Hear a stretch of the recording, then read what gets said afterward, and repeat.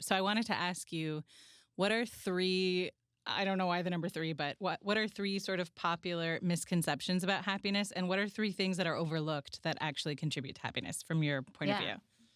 Yeah, no, great question. I mean, I think one you highlighted in this Unhappy Millionaire episode is like money, right? I mean, if you survey incoming first-year college students about the most important thing in life, they'll say it's to have really good finances and to be rich. And researchers have been tracking that over time, and that number has been going up since the 1950s. Before in the 1950s, like, some kids said, oh, that's important. But now, like, pretty much every, versus, for example, having a good philosophy on life and having purpose in life, the answer to that question has actually gone down over time. So less and less, fewer and fewer students have said that that's important. So we definitely think money matters. And it is true that money matters if you don't have a lot of it, right? I mean, it's worth saying that, things like a universal income, things like making sure we alleviate poverty, those are important things.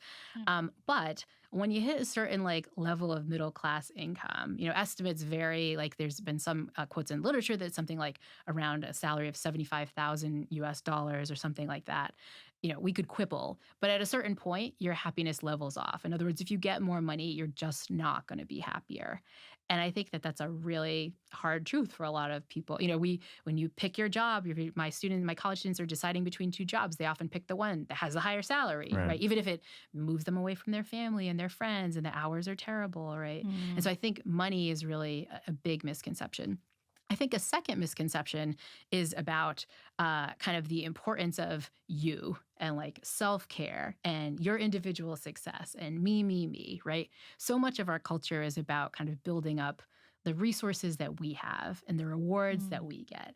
And by and large, most of the happiness science shows that kind of doesn't matter as much, that we get much more happiness bang for our buck by investing in other people, whether it's our money or our time or our energy. We kind of get that wrong.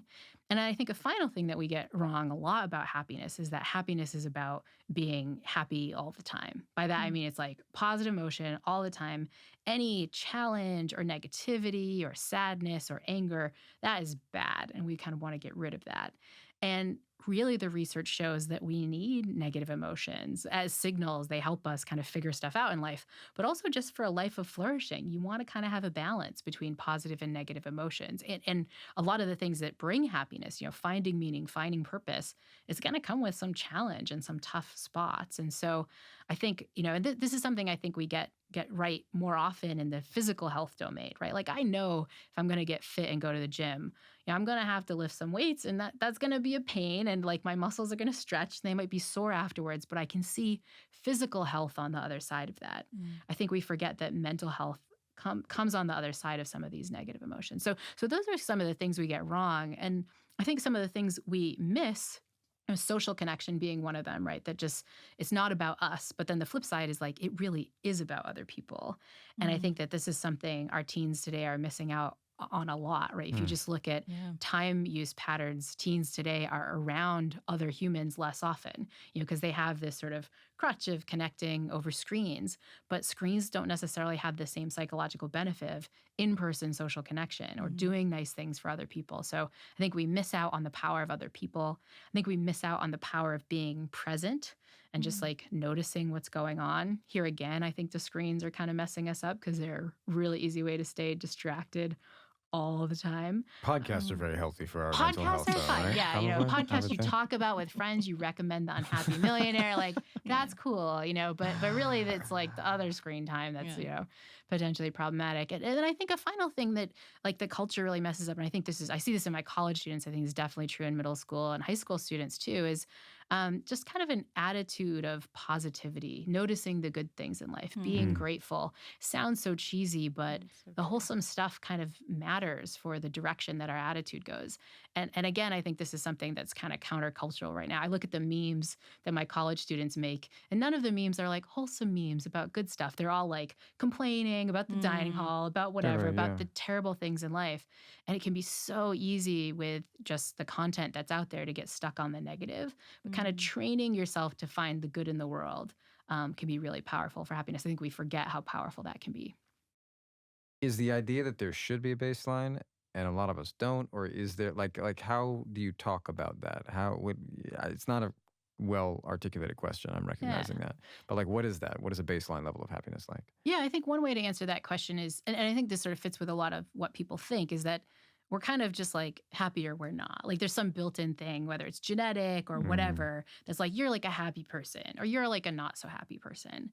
And there is some evidence that in fact, when it comes to the genetics, when it comes to what's called heritability, there is some idea that that actually is the case. So genetically speaking, like some of us are happier than others. And you could think of the biology of this, right? Some of us have more stress hormones or some whatever. But it's not nearly as much as we think. It's probably maybe around 40%, heritability estimates of happiness. And what that means is two things, right? One is that happiness isn't built in. But then it also means the flip side of that, which is that we can control a lot of our happiness. The problem is we control it the wrong way. We go after money and accolades. What we should be trying to do is to control it with our behavior and our mindset. Things like social connection, being more present, being more grateful, and so on. Yeah, it makes me think that happy as a word has lost so much meaning. Totally. Like we don't have a great language around happiness. We say happy and it sounds like very thin. Yeah. You know? And it probably encompasses all these things. I think we need better terms. This is the spot where I think, the ancients had it better. Aristotle had concepts like eudaimonia, which is a sort of term for like the flourishing life, a life of meaning and purpose and connection. I think it's pretty flat when it comes to happiness these days. So that actually relates to another question. These things are all connected and maybe it's like, we don't want to get in a semantic kind of debate here, but like, what is the difference between happiness and joy and contentment? And are they distinct, or should we be thinking of them as deeply interrelated? I like to think of being happy as kind of getting happiness. And that has these sort of two parts, kind of being happy in your life, your positive emotion, and being happy with your life, how you think of it. Joy and contentment, I would say a lot of those are emotions, right? Like you experience joy from something that's happening. Contentment, a particular kind of emotion where it's not like it's positive, but it's not like that extreme. It's kind of just your baseline, sort of present and happy.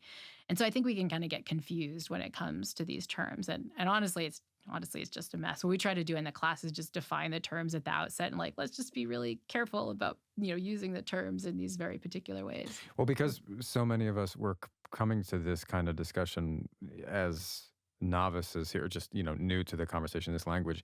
Let's reiterate, even though you've now said it in two different ways. What is that? Just because I feel like I probably need it, everyone listening probably needs it.